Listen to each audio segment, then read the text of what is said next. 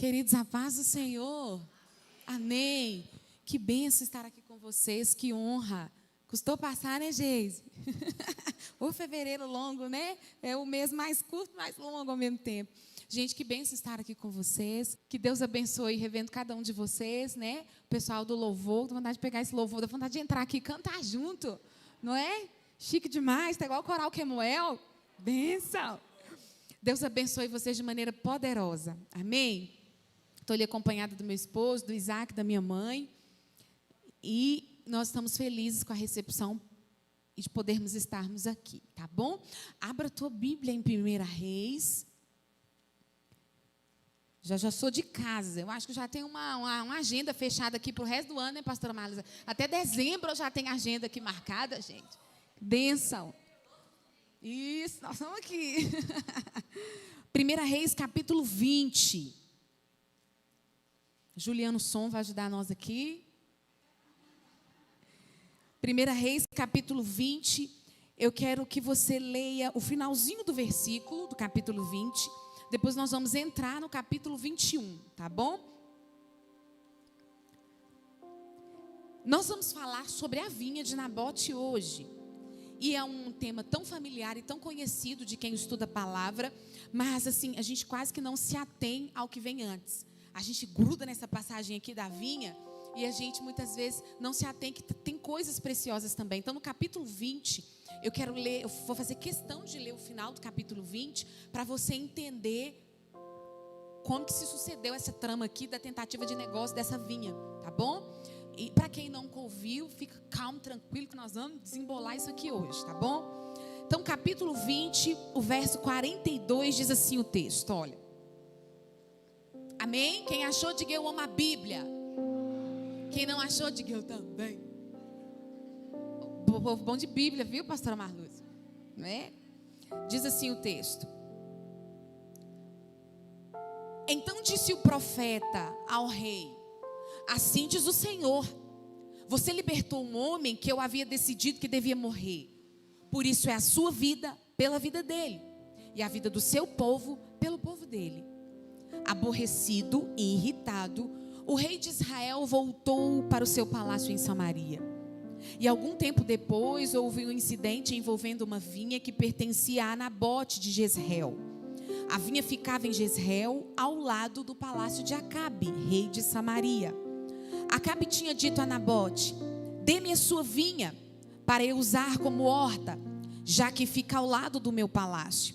E em troca eu lhe darei uma vinha melhor, ou se preferir, eu lhe pagarei seja qual for o valor. Nabote, contudo, respondeu: Senhor, me livre de dar a ti a herança dos meus pais. Então Acabe foi para casa, aborrecido e indignado, porque Nabote de Jezreel lhe dissera: não te darei a herança dos meus pais. Deitou-se na cama, virou o rosto para a parede e recusou-se a comer. Amém? O Senhor tem me dado essa palavra já há algum tempo, eu tenho liberado ela em alguns lugares. E parece assim que o Espírito Santo ele bate na tecla, sabe? A gente tem que ser pontual. E eu sempre digo que uma verdade ela tem que ser dita várias vezes, porque uma mentira, quando contada uma vez, ela faz uma destruição. Então a verdade ela tem que ser dita várias vezes. Eu quero debruçar com você carinhosamente algumas revelações e cada vez que a gente ministra, o Senhor vai nos dando uma revelação, então a mensagem vai ficando mais recheada, né? Então tem gente que às vezes já me ouviu liberar ela em um tempo de Jane, mas você tem outra revelação. Eu falei, porque Deus vai cavando, né? Então preste atenção. O que nós vamos ler aqui é sobre uma tentativa de negócio, uma tentativa frustrada de um negócio. Um rei chamado Acabe, e eu persigo Acabe, né? A maioria das minhas mensagens tem Acabe no meio. Um rei chamado Acabe tenta comprar uma vinha, um pedaço de terra com algumas plantações de uva, de um homem chamado Nabote. E a tentativa vai ser frustrada porque Nabote não quer negociar com ele. Antes de entrar nessa trama, eu quero chamar a sua atenção para um capítulo anterior, para você entender com qual coração esse rei entrou nesse negócio. Qual que era o coração desse rei? A história era o seguinte: este rei chamado Acabe governava Samaria, Israel. A Bíblia diz que ele era tão perverso que não houve outro rei em toda a história tão maligno, tão desobediente, tão perverso quanto Acabe. Naquele momento tinha um outro rei inimigo que ele pressionava e perturbava Israel. Ele tirava o sono dos israelitas. Ele perturbava, ele afrontava, ele colocava o exército, mas ele cansava. Porque todas as vezes que ele atacava Israel, ele colocava um cerco em Israel.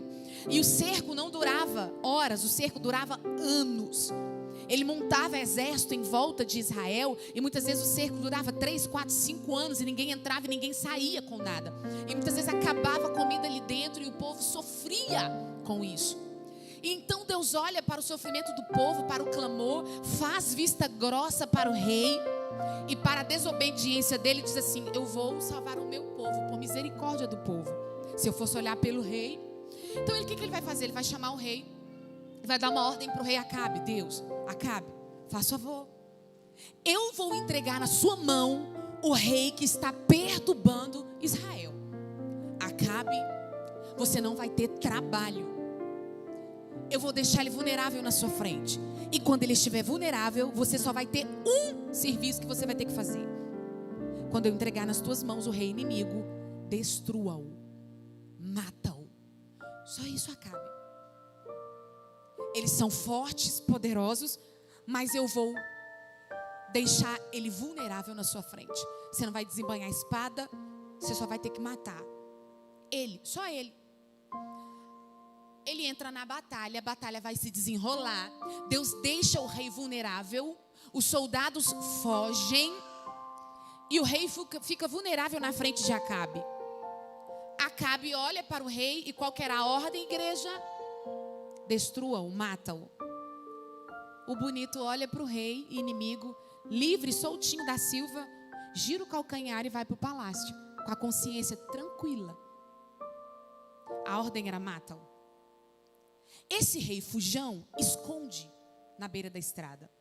Um dos seus assessores fala assim: rei, você está escondido aí? Eu ouvi dizer que os reis de Israel são misericordiosos. Rasga suas vestes, coloca cinza na cabeça, que é um símbolo de arrependimento, de dó, de piedade. Chega diante dele e ele vai ter piedade de você e vai deixar você viver. Vamos fazer isso? Ele rasga as vestes, coloca cinza na cabeça e sai do esconderijo. Vai na porta do palácio de Acabe. Aí os assessores gritam assim: ó, rei Acabe, venha para fora que o rei fulano de tal está vivo. Aí Acabe escuta, sai para fora e mais uma vez ele tem a oportunidade para matar o rei inimigo. Quando ele vê o rei inimigo, ele escuta que ele está vivo, ele fala: ó, está vivo? É meu amigão. Coloca o rei inimigo em cima da carruagem dele e vão passear em Samaria, nos pontos turísticos. Amigão para sempre. Lá, lá, lá, lá. Eu vou devolver as terras que meu pai tomou do seu e você devolve aqui o seu pai tomou do meu. E a gente faz uma aliança e nós somos amigão, e nós somos amigão, e nós somos amigão. E vai passear em Samaria. E a ordem era: destrua-o, mata-o. Não deixa viver quem Deus já determinou que tem que morrer.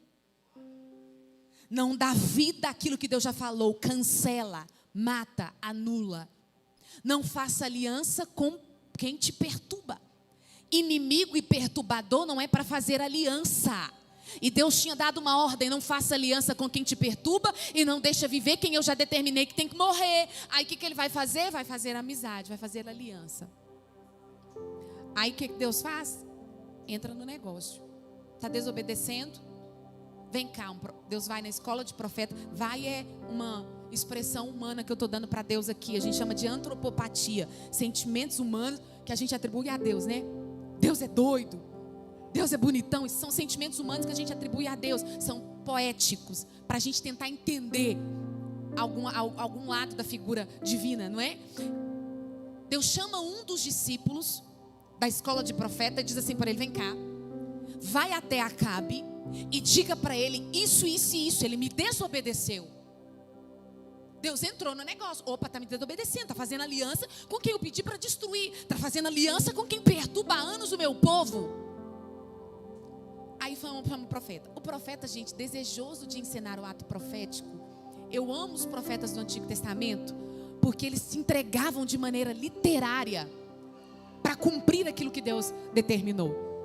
Eles encenavam teatros, Eles faziam figurações para poder entregar a profecia. Era literário, eles sofriam, eles faziam de tudo. E aí o profeta ouve o recado de Deus e ele tem que entregar para Acabe. Só que Acabe estava perseguindo os profetas naquela época. Então ele pensou assim: se eu aparecer com cara de profeta na frente de Acabe, ele vai me matar. Só que ele escuta a profecia e fala: eu vou ter que bolar uma cena. Já sei, eu tenho que parecer que eu sou um soldado que venho de uma guerra. Então o que esse profeta vai fazer? Ele vai rasgar as suas vestes. Ele vai colocar uma roupa para parecer que ele é um profeta. Rasga as vestes. E ele tem que ter marcas de batalha no corpo. Quem vem de uma guerra não vem ileso. Quem está na guerra tem arranhões, tem marcas, não é? Ele tem que ter marcas de batalha. Então ele encontra um homem no meio do caminho e ele fala assim para este homem: ei, me dá um soco no olho. Aí o cara fala assim: eu te dar um soco no olho? Ele dá um soco no meu olho. Aí o cara fala assim: não, você é doido? Ele disse assim: porque você não obedeceu ao profeta, para que o profeta cumprisse aquilo que Deus ordenou. Assim que você sair da minha presença, vai aparecer uma leoa e te ferirá no meio do caminho. Ele saiu da presença do profeta, apareceu uma leoa e atacou o homem e ele esticou no chão. Então, segunda lição: primeira, não faça aliança com quem te perturba. Não deixa viver quem Deus já determinou que tem que morrer. Isso vale para sentimentos aí, para alianças e amizades. E segundo, se alguém lá fora falar assim: deixa eu te dar um soco no olho, ou se alguém falar assim: me dá um soco no olho porque Deus pediu, dá, gente. Oferecem do outro lado para não aparecer um leão no meio do caminho. Ele esticou no meio do caminho, a leoa feriu ele, o profeta continuou. Aí ele encontrou um outro homem e falou assim com o homem: me dá um soco no rosto. Gente, está na Bíblia, acredita? Vocês nunca leram isso, né? É um capítulo anterior da Bíblia. Apareceu um outro homem e ele disse: me dá um soco no olho você. Ele não é bobo, ele viu o outro esticado no chão e falou: é agora. Pá, quase nocauteou o profeta. Ele ficou com o olho roxo, marca no rosto. Agora sim, ele tem a aparência de que ele veio de uma batalha. Ele coloca um lenço sobre o seu rosto, cabeça, ombro e rosto, com roupas rasgadas. Ele vai para a beira da estrada, esconde atrás de uns arbustos e espera a carruagem de Acabe passar. A carruagem de Acabe passa. Ele pula na frente. Nem sei quanto tempo ele ficou ali, mas quando a carruagem passou, ele pulou na frente, fez um sinal. O rei olha e vê o quê? É um soldado e está com a aparência de que veio de uma batalha. O rei para a carruagem. Se fosse cara de profeta, o rei ia parar? Até para isso a gente tem que ter sabedoria, não é? Até para apanhar a gente tem que ter sabedoria. Opa, é um soldado. Assuntos do meu interesse. Para a carruagem. O profeta disfarçado de soldado para na frente, levanta a mão e diz: rei, clemência, eu preciso de uma orientação sua. Aí Acabe diz: pois não, diga. Rei, eis que eu estava numa batalha. Alguém me entregou um prisioneiro na mão e disse assim para mim: não deixe ele escapar, toma conta dele. Se ele escapar, você pagará com a sua vida, ou você vai ter que pagar mais de 30 quilos de prata. Gente, era impossível alguém ter esse valor na época. Ou seja, se ele perdesse, era a morte na certa. Ninguém tinha, a não ser a nobreza.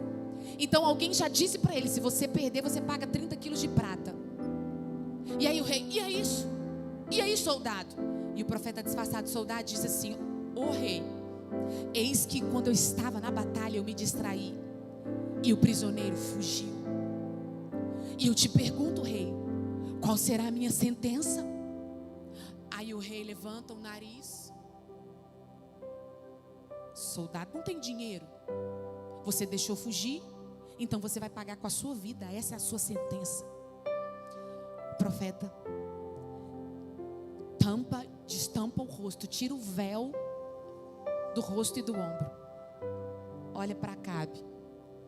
Aí na hora Acabe: ai, é um profeta. Ele aponta o dedo na cara de Acabe e diz: assim diz o Senhor, este homem é você. Sabe aquela presunção de Davi e Natã?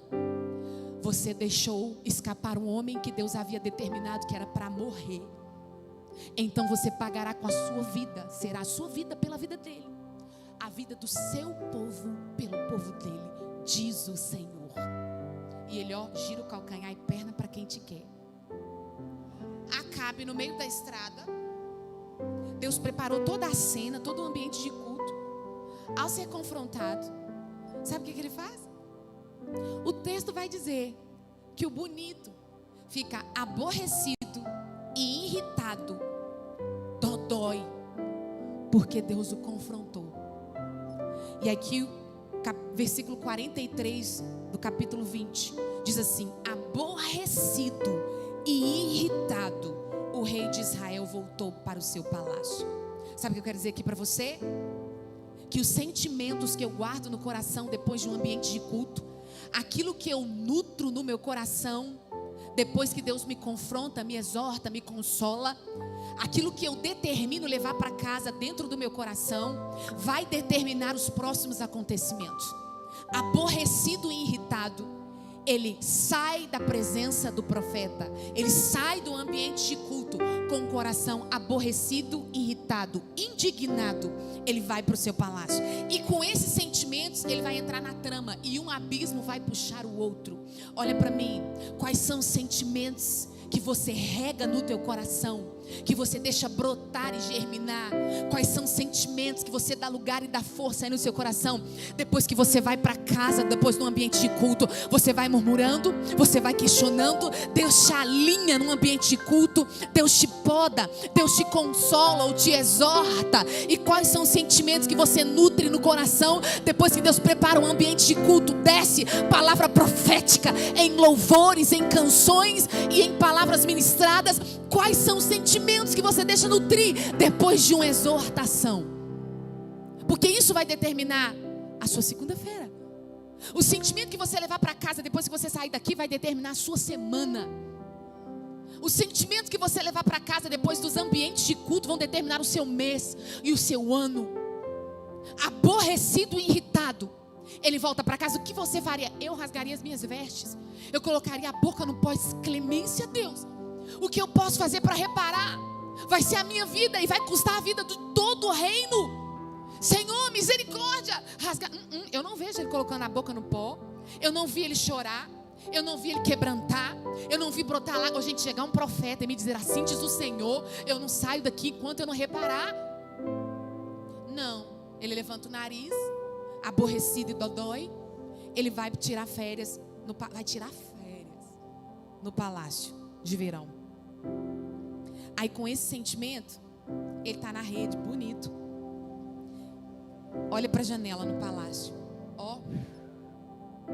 debaixo de uma palavra de desaprovação, ele acha que ele está legal. É a minha vontade, é o meu desejo. Quem é Deus? Quem é aquele profeta para me confrontar? Do lado da janela, ao lado, tem um pedaço de terra pequeno. Tem um jovem queimado pelo sol, turbante na cabeça, suor caindo nos olhos, mão suja de terra, arando com as próprias mãos e adubando a terra. Pequena plantação de algumas uvas. Jovem Nabote, de sol a sol, cuidando de uma pequena herança herdada dos seus pais. Aquele terreno que ele está cuidando ali foi dado aos seus antepassados quando o povo estava no deserto. Deus prometeu uma terra nova quando eles saíram do Egito. Os antepassados de Nabote pisaram na terra. Josué liberou sorte sobre as terras, e a sorte caiu sobre o clã da família de Nabote. Diz: esse pedaço é seu. E a ordem de Deus é: não venda, não confisca, é herança, é inegociável aquilo que eu estou dando. Não poderá vender, porque é herança. Então Nabote cuidava com carinho. Acabe no palácio, olha o coração do homem aborrecido. Um sentimento puxa outro, um abismo puxa outro. Aborrecido, irritado, ele olha para a janela e ele diz assim: vai ser meu, eu quero. Esse pedacinho de terra, ele já olha e fala: vou arrancar todas essas parreiras de uva e vou plantar uma horta. Vai ser minha essa vinha. Observa que o que atrai a cobiça de Acabe para a vinha não é porque o terreno é imenso, eu não vejo isso na Bíblia. Não é porque as uvas eram gigantescas e expressivas. O que vai atrair a vinha aos olhos de Acabe é um valor que eu e você conhecemos muito bem, que se chama proximidade. Nós estamos falando em um tempo que não tinha geladeira, não tinha agrotóxico. Então o que ele está querendo dizer? Eu estou aqui no meu palácio bonitão, eu faço uma horta, os meus garçons vão tirar direto do pé e vai colocar na mesa. Eu posso dar uma festa no meu palácio de verão e as verduras, os legumes e as frutas vão chegar fresquinhos, sem estragar, sem nada. Eu não vou ter prejuízo, ou seja, eu quero satisfazer o meu prazer, o meu desejo. Eu tenho que ser o melhor, eu estou no centro e dou a quem doer. Eu passo por cima de quem eu precisar de passar para satisfazer o meu desejo. Então é um valor que eu e você conhecemos muito bem, que se chama proximidade.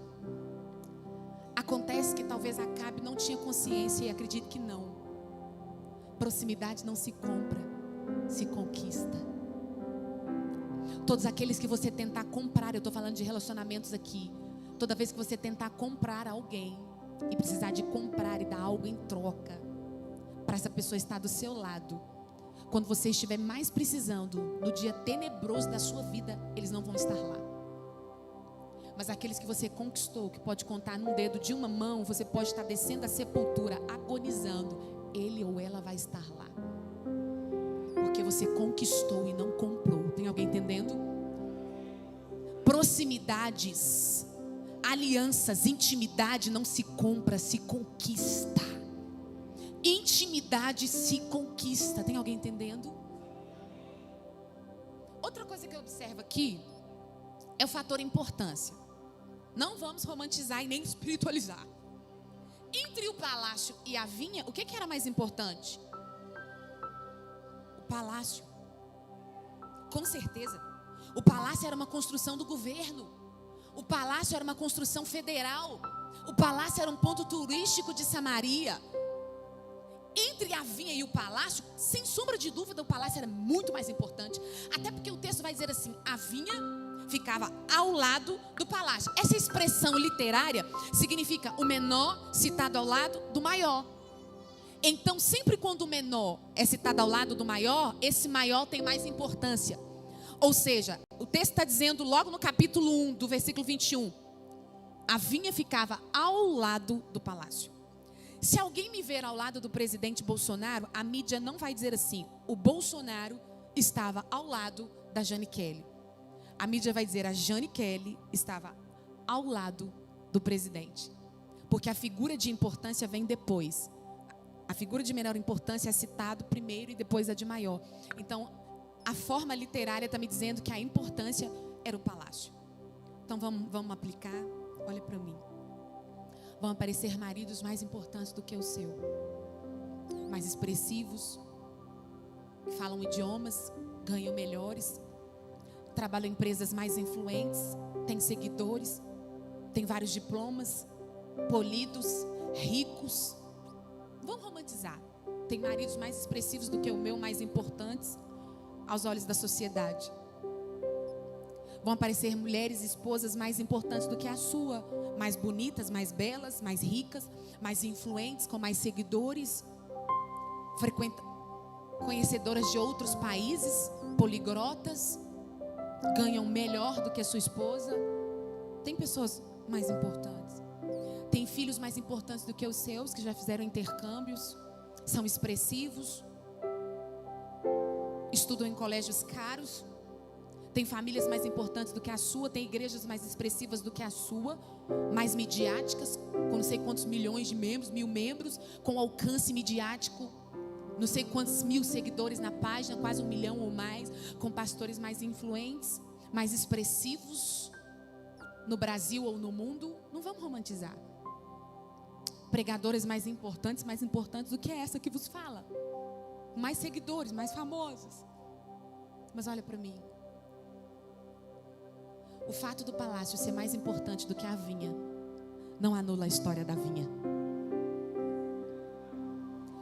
O fato de aparecer alguém mais importante, mais expressivo, não anula a história do seu casamento.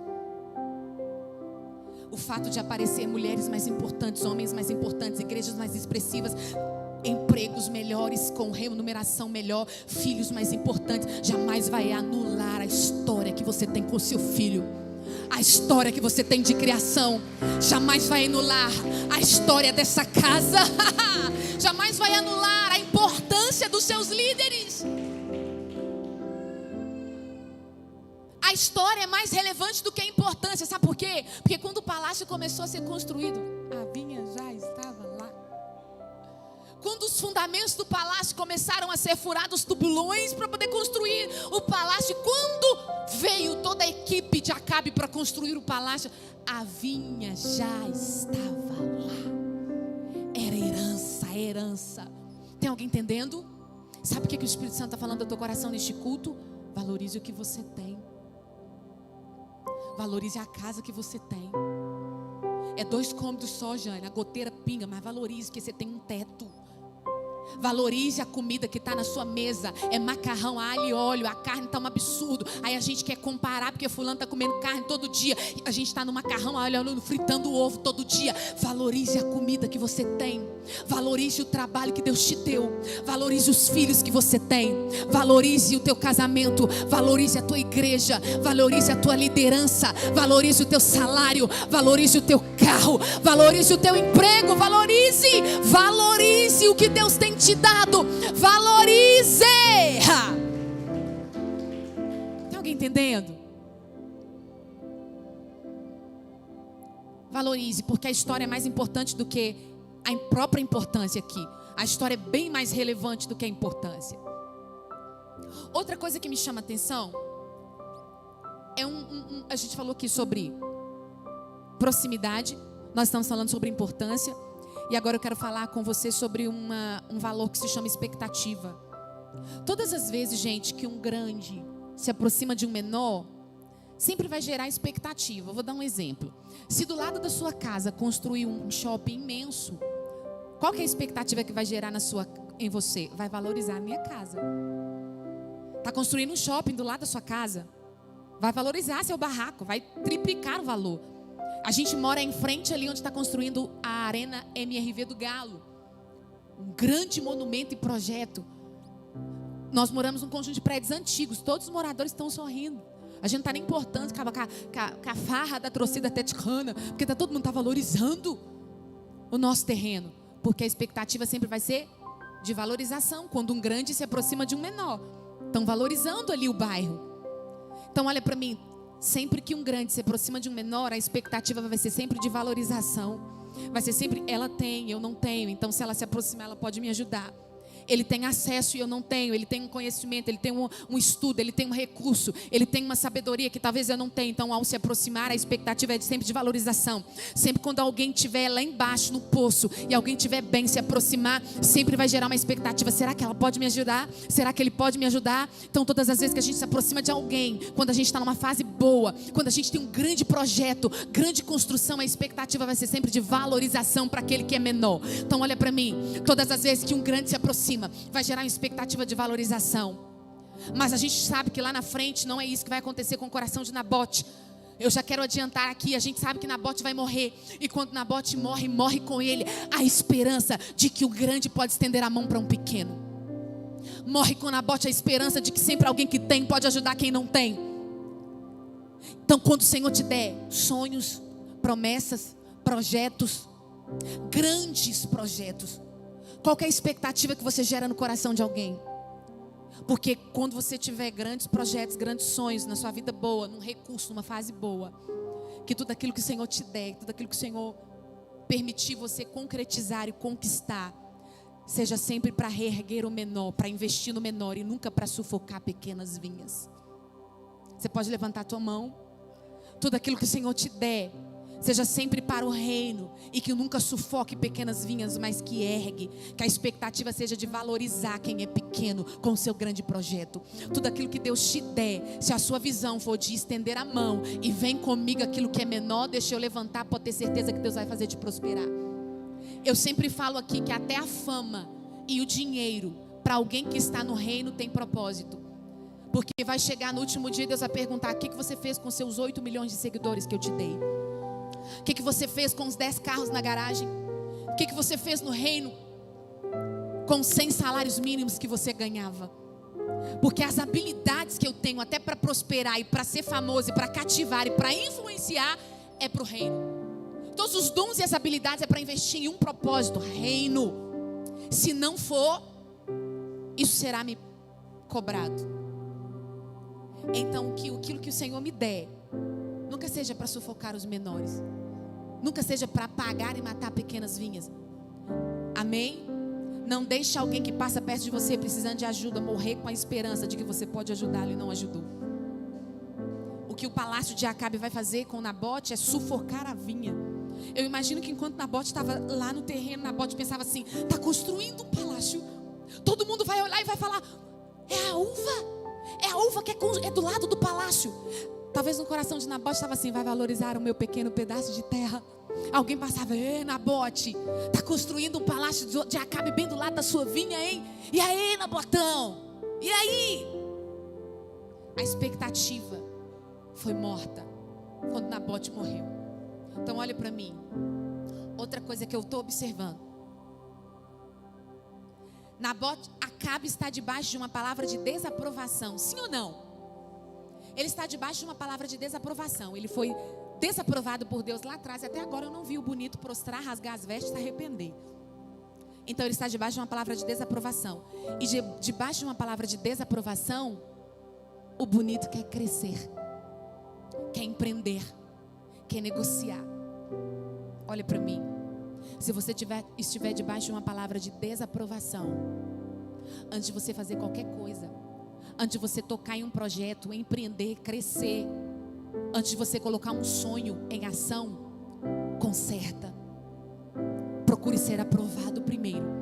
Sabe por quê? Deixa eu te contar um segredo. Debaixo de uma palavra de desaprovação, até aquilo que era para dar certo vai dar errado.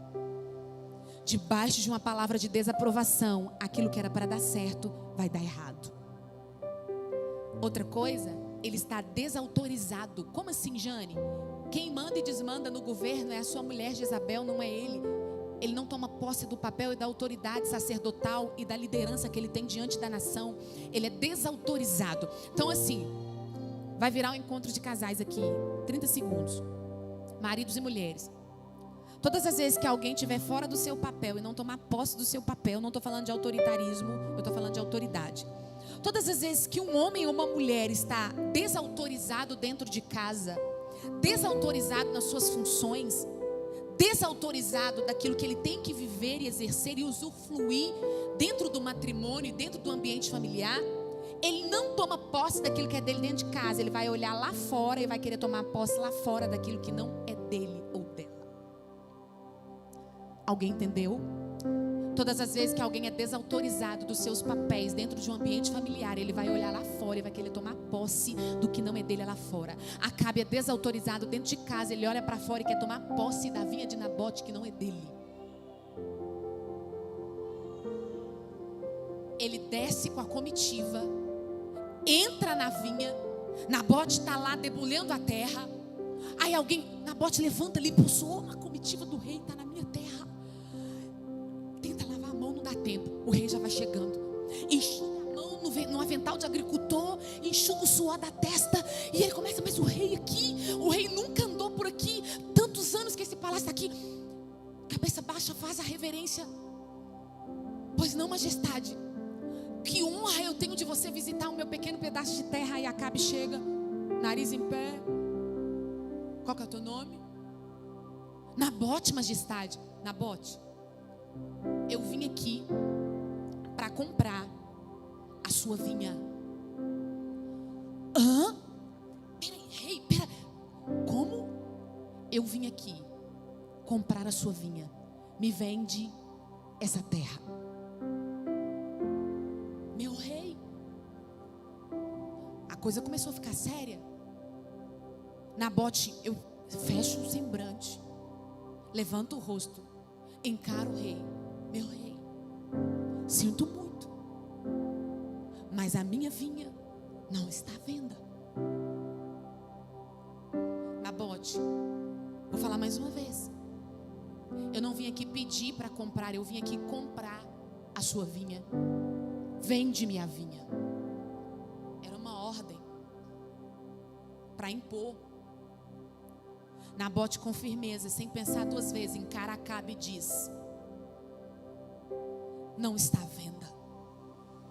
Longe de mim dar a herança que Deus deixou para os meus pais. Ele fala dá, porque para Nabote nenhum valor, qualquer valor estaria dando. Então ele vai falar assim: longe de mim dá a ti a herança dos meus pais. Nabote, você não está entendendo. Eu quero comprar a vinha. Eu vou dar um valor para você 10 vezes mais do que essa vinha vale. Me vende. Nabote, sem piscar: não está vendo, Acabe.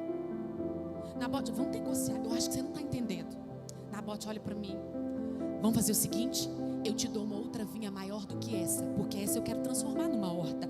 Mas eu vou te dar uma vinha maior do que essa, com uvas mais expressivas, e eu vou te pagar 10 vezes o valor dessa. Vamos fazer um negócio? Negocia comigo em outra vinha, e eu vou te pagar ainda essa. Vamos, Nabote. Empurra os seus tesoureiros, abre uma sacola cheia de prata, de ouro e diz: vamos. Nabote nem olha para o dinheiro, vira as costas e diz: eu não vendo e eu não negocio a herança que Deus me deu. Nabote, você não está entendendo. Vamos conversar mais uma vez. Eu tenho um palácio maior do que esse, fora de Samaria. Eu te dou várias vinhas, te pago 10 vezes o valor dessa vinha, te dou um palácio, te pago uma pensão vitalícia para o resto da vida, te dou empregados, te dou o que você precisar, mas eu quero essa vinha. Troca. Acabe de costa, voltando a cuidar das vinhas: eu não vendo, eu não troco e eu não negocio a herança que Deus me deu.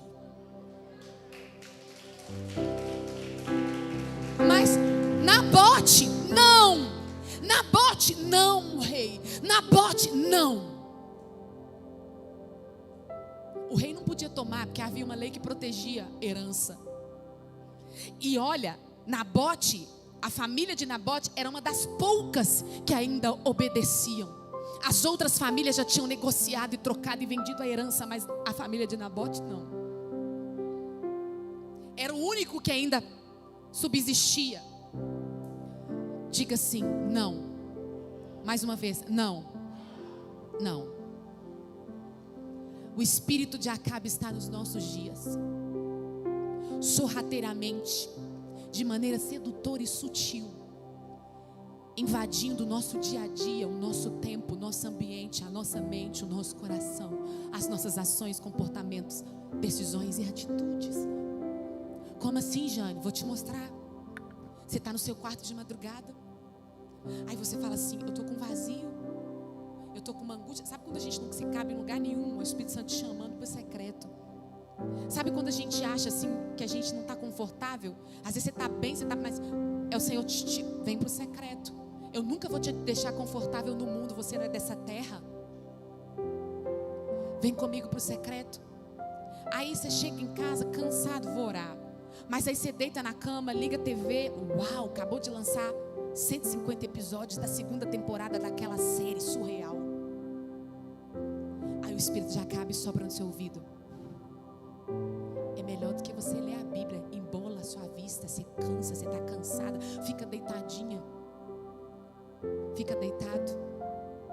Que tal você trocar? Troca o seu tempo. Ao invés de você fazer o seu devocional, assiste 150 episódios de série, que vai ser muito mais legal e interessante. Não sou contra. Amo e gosto. Eu estou falando de equilíbrio, do que é prioridade, do que não é. Aí o espírito de Acabe sopra: me vende o teu tempo, me vende a tua madrugada. Aí você vai para casa, o tempinho que te resta. Quando você assustou, você está navegando 2, 3, 4 horas no Instagram. Mas 5 minutos de joelho é uma eternidade. Pegaram, aí o espírito de Acabe sopra e diz: Você está cansada, você vai na quarta-feira no culto de estudo, para quê? Me vende a tua hora. Troca comigo o tempo que você vai aprender e aprofundar as suas raízes. A novela é mais interessante, o Big Brother é mais interessante. Faz a sua jantinha, amanhã você tem que levantar cedo. Troca, vende, negocia. Mulher, me dá o teu corpo, vende para mim. Sensualiza, posta a sua foto que eu vou fazer com que ela viralize. Você vai ter curtidas, você vai ter elogios, eu vou te dar seguidores, fama, seu ego vai ser massageado. Me vende a tua sensualidade, me vende o teu corpo. Homem, aquela mulher tá chata. Você chega em casa do trabalho, ela te perturba. Me ajuda a lavar vasilha, porque você não faz isso, porque você não faz aquilo, porque você não ajuda a olhar os meninos. Aí quando você chega lá no serviço, tem a bonita que vai lá, cintura fina, perfume cheiroso. Você não vai ter trabalho, dá uma piscadinha para você, te dá atenção. Aí o espírito acaba e sopra no seu ouvido: troca. Teu marido não elogia, só te enche o saco. Não está dando, a situação financeira dá um bagaço, não é? Aí você está lá no seu serviço, você recebe um elogio que você nunca ouviu. Você está numa fase crítica. Aí passa um bonito lá, masticando um Trident, dá uma piscada para você. Aí acabe, ó, vamos negociar? Troca. Aqui teus filhos estão, tá cansado, tá desobediente. Faz o seguinte, dá para mim. Deixa eles entregues aos filmes. Bota um celular na mão deles. Deixa jogando o dia inteiro aí que te dá paz. Você já falou, deixa na casa de alguém. É bom que te dá. Você está até orando para a escola voltar logo, você não está aguentando mais. Aí a Cap está gritando: me dá, vende, troca ou negocia os teus filhos comigo. Me dá as tuas horas de domingo. Me dá a canção que sai dos teus lábios. Para que você vai ficar no sábado na igreja? Troca comigo as horas. Vocês vão tocar aqui no grupo de louvor e não ganham um centavo para isso. Vamos fazer o seguinte: troca comigo, eu te coloco lá num bar, tocando, e você vai ganhar o que você não ganha aqui. Você não ganha um centavo para ficar operando. Pelo contrário, é ensaio, é canseira, tem que ter horário, tem que estar aqui. Troca, que vocês vão ser valorizados. Solta a voz tocando na noite. Vende para mim o teu dom, o teu talento, a tua habilidade. Troca, negocia comigo.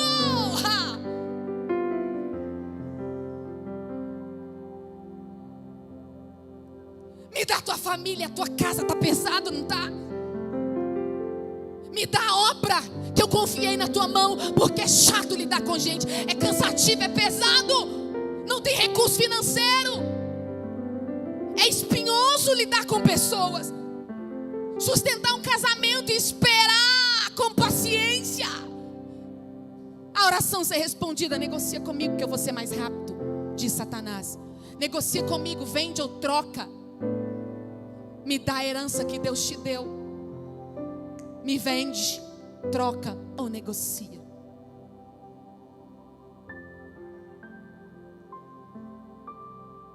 Olha para mim.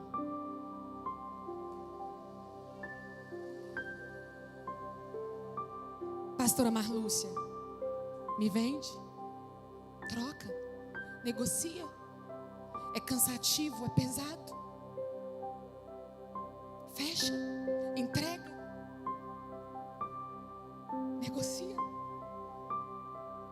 Ele sempre vai esperar os momentos onde nós vamos estar vulneráveis e difíceis para tentar trocar, negociar ou comprar. Tem alguém entendendo? O céu te trouxe nesta noite de domingo para te dar uma resistência inigualável nessa noite. Eu quero que você negocie comigo aqui. Eu vou representar aqui a Acabe. Você vai bradar para o inferno escutar que é inegociável aquilo que Deus tem te dado. A graça, a salvação, o louvor, a tua casa, a tua família, o teu coração, as tuas emoções, os teus sentimentos, os teus filhos, o teu emprego, o salário. É inegociável o tempo que você está aqui. Amém? Igreja Batista Nova Vida em Cristo Vende a tua família. Negocia. Troca comigo. Você vai ser livre. Você não vai adoecer. Você não vai passar horas de madrugada acordado. Negocia comigo os teus filhos, pais. Me dá a tua sensualidade, o teu corpo. Troca comigo. Me vende. A canção que sai dos teus lábios, o teu louvor, os teus dons, o teu casamento, os teus dons. Aos músicos que estão aqui, vende, negocia. Eu vou dar fama em troca. Me entrega os teus filhos. As programações da internet vão ser mais interessantes do que você fazer devocionais com eles. Me entrega os teus filhos. Troca por um celular. Troca por uma televisão. Troca as madrugadas pelas séries. Troca o seu tempo que você tem pelos filmes. É mais interessante. Troca, negocia. Não, não e não. É inegociável.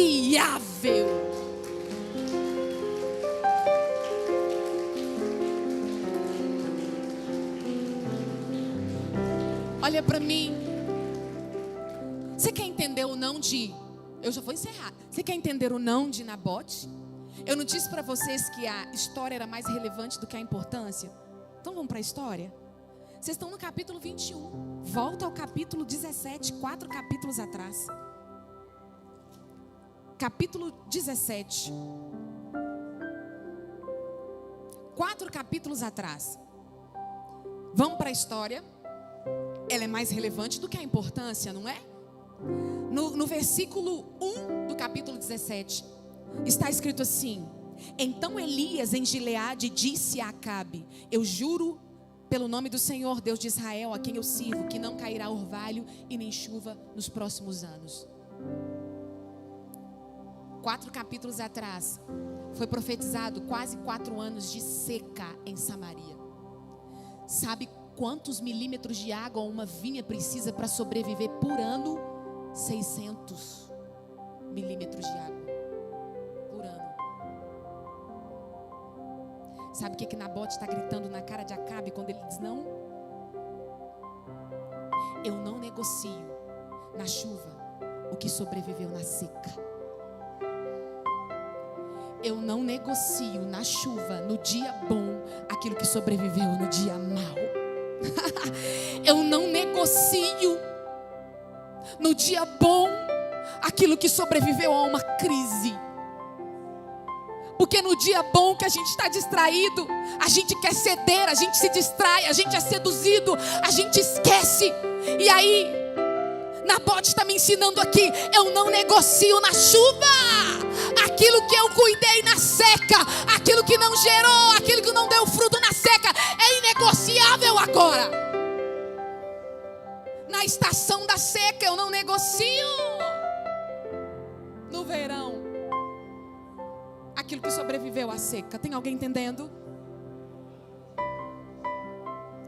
Não e não. Acabe vira as costas.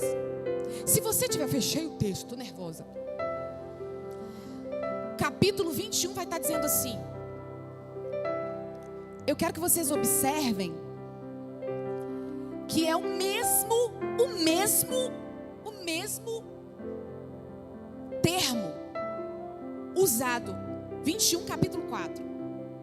Disse assim: então Acabe foi para casa aborrecido e indignado, porque Acabe, Nabote lhe dissera não. Vocês estão observando que é o mesmo sentimento lá de trás? Quando Deus o confrontou, ele estava aborrecido e irritado, dodói. Quando Acabe ele diz, Nabote lhe diz não, o mesmo sentimento continua. Um abismo vai puxando o outro. Olha o pano de fundo do coração dele. Aborrecido e irritado, ele volta para casa. Bico desse tamanho, vira para a parede, não come, não bebe. Imagina aquele meninão virado com a cabeça para a parede, com um bico desse tamanho. Aí Jezabel chega em casa e fala assim: que isso, homem? Que bico é esse? Nabote. O que tem Nabote? É esse jovenzinho aí dessa vinha? Esse pezinho rapado? Sim. O que aconteceu? Não quis me vender a vinha. Enfia esse bico para dentro da boca. Levanta. Vai comer e vai beber. Você não é homem não? Vai comer, vai tomar banho. Que eu vou te dar a vinha de Nabote. A bonita da Jezabel usa a própria lei, pastora Marlúcia, para acabar com Nabote. Já estou concluindo. Sabe o que ela faz? Ela manda conclamar um jejum de 3 dias. Pede para que coloquem Nabote na frente de toda a congregação. Pede para colocar 2 testemunhas do lado. E faz com que essas testemunhas falsifiquem. Vão até os anciões dizer que Nabote estava blasfemando contra o jejum. E assim acontece. As testemunhas chegam diante dos anciões e dizem: Nabote está blasfemando. Aí vai na Jezabel, e a Jezabel: vamos na lei. Abrem a lei. No livro da lei estava escrito: todo aquele que blasfemar durante o período de jejum que o rei ou a rainha conclamar, deverá ser arrastado para fora da cidade e apedrejado até a morte. Pegam Nabote, arrastam-o para fora da cidade e matam-o a pedradas. Olha para mim, nem todo final é feliz. A cruz me chama para morrer. A gente tem um evangelho de teologia da prosperidade, do positivismo, que venha, ganha, venha, ganha. Paulo vai dizer assim: não mais vivo eu, mas é Cristo quem vive em mim. Já estou crucificado com Ele. Eu não tenho amor pela minha própria vida, mas eu quero gastá-la no reino, ainda que seja para a morte. Então quando eu olho para a cruz está me chamando para morrer. Deixa eu te perguntar: até onde você vai para não vender e não negociar e não trocar a tua herança? Até onde você vai? E se precisar de ser caluniado? E se precisar de ser perseguido? E se precisar de ir à morte? Até onde você vai? Até onde o evangelho que você diz conclamar? Até onde a sua adoração com mãos erguidas e lágrimas nos olhos de culto à noite vão te levar? Qual que é o evangelho que tem sustentado as bases do teu coração? E se precisar de ir à morte, para não abrir mão da graça? Foi pago um alto preço. Já foi pago um preço e é inegociável. Eu te pergunto: até onde você vai para servir a Cristo? Eu falo que a nossa igreja brasileira não está preparada para sofrer uma perseguição física, porque as nossas perseguições são ideológicas e subjetivas e a gente cai. Satanás não tem o trabalho de pegar a igreja brasileira e colocar todo mundo no paredão e fuzilar, porque nós estamos num culto aqui, porque nós somos cristãos. Não, porque as perseguições são através da política, das ideologias, do entretenimento, da televisão, da internet, da moda, das filosofias. E a gente cede. Então ele não precisa de colocar pessoas mutilando crentes. Não. Porque a nossa perseguição é tudo aqui. Mas deixa eu dizer para você: cruz também é morte. E se a gente precisar de morrer? E se a gente precisar de ir até as vias de fato, o último momento, mas não negar, não negociar e não trocar? Qual que é o evangelho que está permeando o teu coração? Porque o meu evangelho me ensina que eu não temo nada, ainda que me levem à morte eu vou, porque a minha vida eterna já está garantida. Porque as aflições deste tempo presente não se compara com a glória que será revelada em nós. Olha para mim, o melhor de Deus não está para vir, o melhor de Deus já veio. O maior milagre é a salvação das nossas almas. É muito maior do que um morto ressuscitar, do que alguém curar o câncer. Se Deus curar, se Deus não curar, se Ele ressuscitar ou se Ele não ressuscitar, eu permaneço nele. É um evangelho que a gente tem que sentir, pastora Marlúcia, para fazer. Se eu não sentir, se eu não ver, eu não faço. É um evangelho de sensações. E muitas vezes eu não vou sentir, mas eu tenho que permanecer. Eu não vou ouvir, mas eu vou permanecer. Não é pelo que eu sinto, é pelo que eu sei. Eu não tenho tempo aqui para discursar, mas Eu recebo notícias diariamente de missionários que estão no Estado Islâmico. Ontem foi mutilado 2 pernas de um missionário que estava evangelizando no meio muçulmano. Perdeu as 2 pernas. O ano passado, 30 cristãos foram queimados vivos. Eu tenho casos de meninas que foram estrupadas, filhas de missionário, 4, 8 e 12 anos, estrupada por 12 homens na frente dos pais, com um copo de água na mão. Eles cancelam, fecham as portas de todos os supermercados, desliga a água encanada e deixam eles 30, 60 dias sem água. Chega lá com um copo de água e diz: nega que eu dou para o seu filho de 1 ano a água. Nega que eu pingo gota na língua do seu bebê que está pedindo. Eu dou leite. Nega. E eles: não vendemos a nossa salvação por um copo de água. É inegociável. Não abrem mão. São torturados. Eu também não estou aqui fazendo apologia a sofrimento, não. Mas eu estou dizendo que até onde você vai. Porque eu tenho certeza que se parar lá fora no paredão, pegarem todas as igrejas que estão fazendo culto hoje, talvez 90% dos cristãos que estão cultuando hoje vão negar. Não, mas você estava lá no culto cantando. Não, foi meu clone. Eu estava deitadinha na minha casa. Não, eu estava assistindo o jogo. Na hora que começar a arrancar a unha, começar a tirar a cutícula da unha, a gente já: ai meu Deus, eu não conheço Deus não. A gente chega em lugares no Estado Islâmico, vão negar não? Corta o teu braço. Eles com lágrimas nos olhos: você quer manga curta ou manga longa? É inegociável. As crianças bradam e dizem: pai não nega, mãe não nega. Morrem falando em línguas, cantando salmos que eles decoravam, porque a Bíblia não pode entrar. Então as crianças, elas decoram salmos para ter guardado no coração, porque não tem acesso à Bíblia. Eu tenho um caso de uma menina de 18 anos que converteu aos 8 anos. Cristo apareceu para ela em sonhos lá na Síria. Quando ela teve a oportunidade de visitar a França, escondida dos pais, ela foi num culto. Ela entrou lá atrás coberta com um véu. O pastor pegou a Bíblia, com a Bíblia fechada, ele entrou para dentro da igreja. Ela caiu e começou a gritar e a chorar. Foram socorrer ela para perguntar se estava tudo bem. E ela batia a cabeça na parede, ela chorava. Ela falava em línguas: mas o que está acontecendo? Na hora que o culto acabou, ela toda trêmula disse: é porque tem 10 anos que eu converti. Eu nunca vi um cristão, só eu na minha casa, eu sou escondida. E eu nunca vi uma Bíblia. Eu só recebi pequenos pedaços de papel com alguns salmos. Quando ela viu o pastor entrar com a Bíblia, ela desesperou de alegria, porque ela nunca tinha visto uma Bíblia na vida.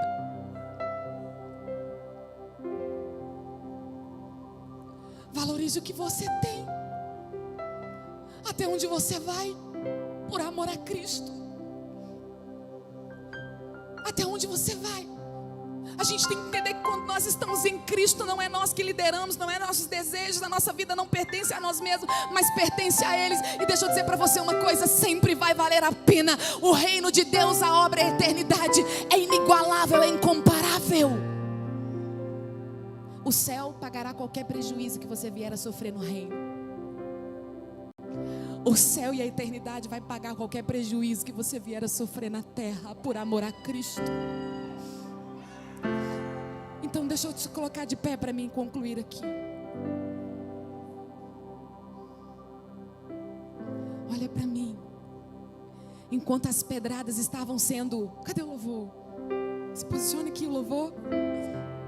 Enquanto as pedradas estavam sendo atingindo a cabeça de Nabote, sangue escorrendo. Sabe o que eu imagino, Geise?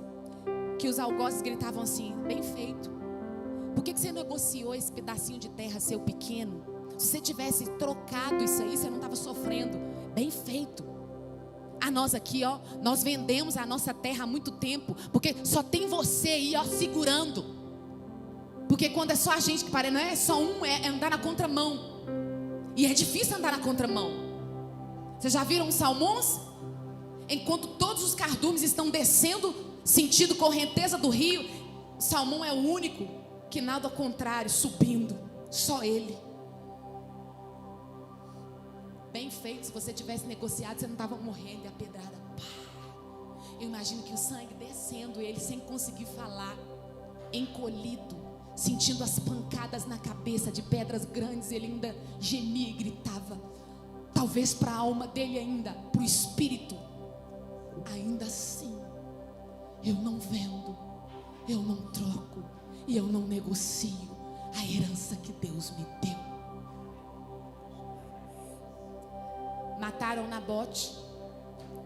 A bonita da Jezabel, pastora Malúcia, entra no palácio em casa, chega toda triunfante e diz: meu bem, troca de roupa, pode descer para possuir a vinha, porque Nabote está morto e a vinha é sua. Ele sorri, gargalha, troca de roupa, chama a comitiva, chama os músicos, chama os assessores. A Bíblia diz que ele levanta e desce para possuir, marchando, feliz, sorrateiro.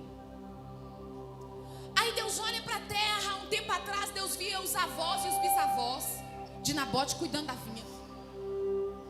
Deus passava de novo em revista para ver a herança, via os pais de Nabote. Deus desce em revista a vinha, bate o olho nos quatro cantos da vinha. Cadê Nabote? Cadê o defensor? Nabote está morto. Logo lá adiante, Deus observando a cena, vendo a vinha vazia e Nabote morto. Quando Acabe e Jezabel tocam em Nabote e agora querem descer para tocar na herança, na graça, na salvação, chama Deus para a guerra. Eu imagino que Deus levanta do trono, brada Elias da terra: Elias, vem aqui imediatamente. Não troca de roupa, não troca de sapato, não come, não bebe. Do jeito que você está, vem aqui agora. Eis que eu estou observando Acabe descer com a comitiva para possuir a vinha que não é dele. Elias entra no meio da comitiva. Antes da cerimônia de posse, destrói a cerimônia de Acabe. Aponta o dedo na cara dele, Elias.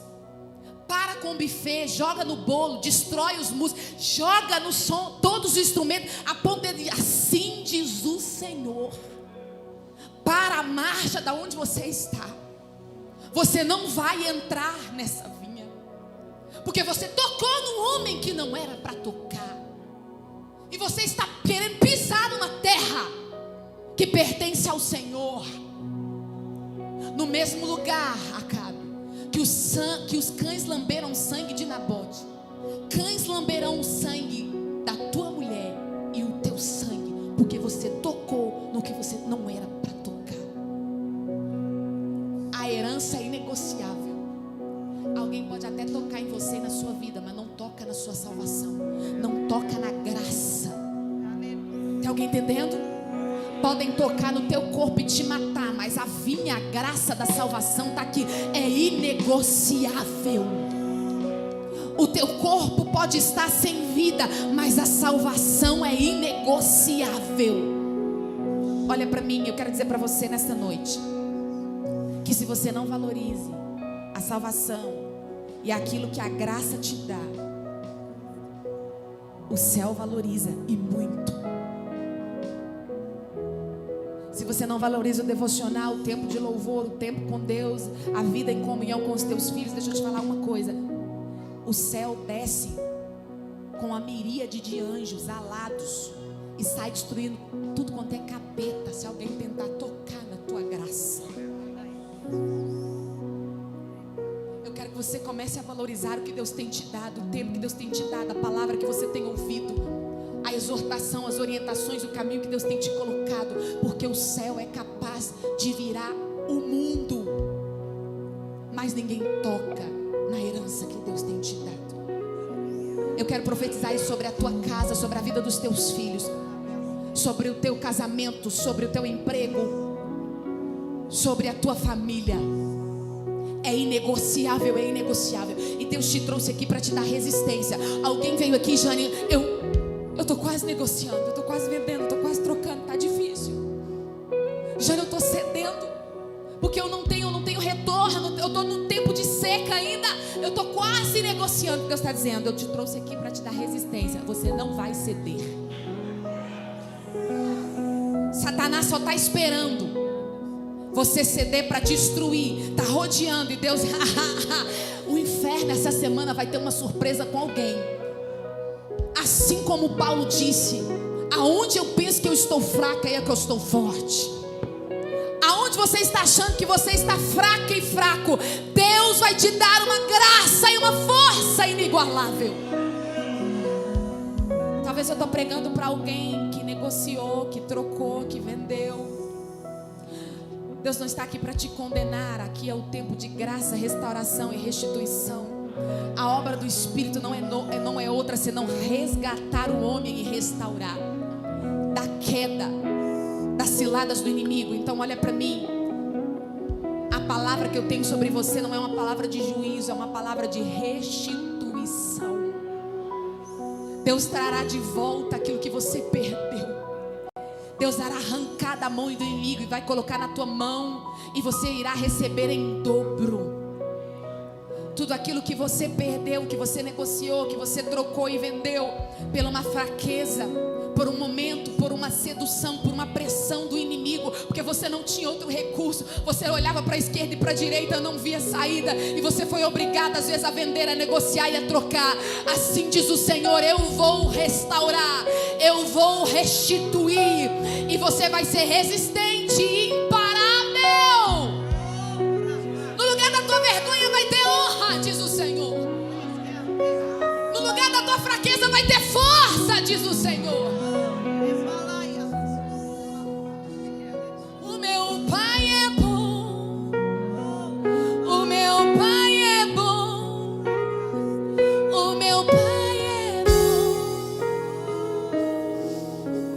Você precisa de conhecer essa paternidade de Deus que te abraça, que te restaura.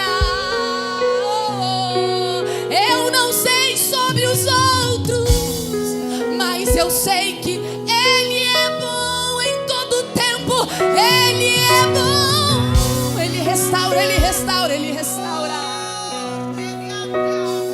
Você não vai ser mais escravo dos seus desejos. Vocês podem repetir essa canção? Você não vai ser mais escravo de negócios. Você não vai ser mais escravo de vontades, de pressões do mundo, tentando vender o teu tempo, negociar o teu tempo, trocar o teu tempo. Vai voltar a orar, vai voltar a ler a Bíblia, vai voltar a entrar para o quarto, vai voltar a fazer devocional, vai ter prazer em sentar os teus filhos na mesa, vai ter prazer em orar por eles. Deus vai restaurar o ânimo para você levar o teu casamento adiante. Você vai ter prazer de novo quando você entrar na tua empresa na segunda-feira. Vai voltar a alegria. Vai voltar a alegria. Deus vai abrir um caminho no meio do deserto. Olha para mim, deserto não é lugar de morada. Deserto é lugar de passagem. Deus está desmanchando casas no deserto aqui para dizer, ó, casas que você construiu para morar no sofrimento no deserto a vida inteira. O Senhor está destruindo, chutando e pisando, e está abrindo um caminho no deserto. Você vai levantar e vai marchar. Não vai parar, não vai parar. Não vai parar. Coloque a mão no teu coração. Antes deles louvarem, eu quero perguntar se tem alguém aqui que entrou nesta casa, neste culto. Tem tempo que você está afastado. Tem tempo que você não vem à igreja. Tem tempo que você está sem falar com Deus, sem relacionar com Ele. Talvez você está afastado, ou talvez é a primeira vez que você vem. Eu quero te perguntar se você quer entregar a sua vida para Jesus. Eu quero te perguntar se você quer entregar a tua casa, a tua família. Dizer, Senhor, toma conta. Eu não consigo mais, mas está entregue nas tuas mãos. É o Senhor quem guarda. O Senhor quer ser o guardião do teu coração, da tua casa e da tua família. Jane, mas eu preciso de confessá-lo? A Bíblia diz que sim. Aquele que confessa com seus lábios alcança misericórdia. Você tem que declarar isso para Ele vir, porque Ele não vai chegar se você não declarar. Eu quero perguntar se tem alguém, se tiver alguém que deseja hoje reconciliar, levante a sua mão no lugar que você estiver, que a gente vai até aí orar por você. Se você deseja restaurar, começar de novo, no primeiro dia da semana, Senhor, eu quero com uma força diferente, com uma resistência diferente. Levanta a tua mão e faça um sinal assim, com a tua mão erguida, que alguém vai aí orar por você. Tem alguém com as mãos erguidas? Eu estou vendo aqui. Tem alguém ali com as mãos erguidas. Alguém pode ali do lado dela orar com ela. É inegociável a tua vida, a tua casa, teu coração, tuas emoções. Oh, que o Senhor restitui, que o Senhor te restaura, querida. Que o Senhor volte de novo a te dar a alegria da salvação. Que você volte a ficar como aqueles que sonham. Que a tua boca encha de alegria, o teu coração de júbilo. Tem mais alguém? Tem mais alguém que deseja entregar a tua vida para Jesus? Tem um jovem ali que está levantando a mão. Cadê um jovem? Cadê um irmão? Vai ali. Que o Senhor restitui tudo aquilo que foi roubado espiritualmente. Que o Senhor restaure a alegria do teu coração. Que o Senhor te sare de dentro para fora, jovem. É inegociável a tua vida. É inegociável. É inegociável. A vida é uma herança. Tem mais alguém? Tem? Nós já vamos cantar aqui. Tem mais alguém? Se tiver mais alguém ainda, tem problema não. Erga a tua mão até o final do culto. Você tem liberdade. Aqui não é um lugar para te envergonhar e para te expor. Aqui nós somos uma família que vamos te acolher, te abraçar, orar por você. Aqui é o lugar da gente expor as nossas vulnerabilidades, as nossas fraquezas.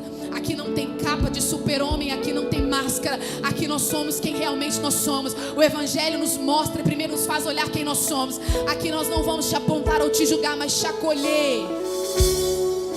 Amém?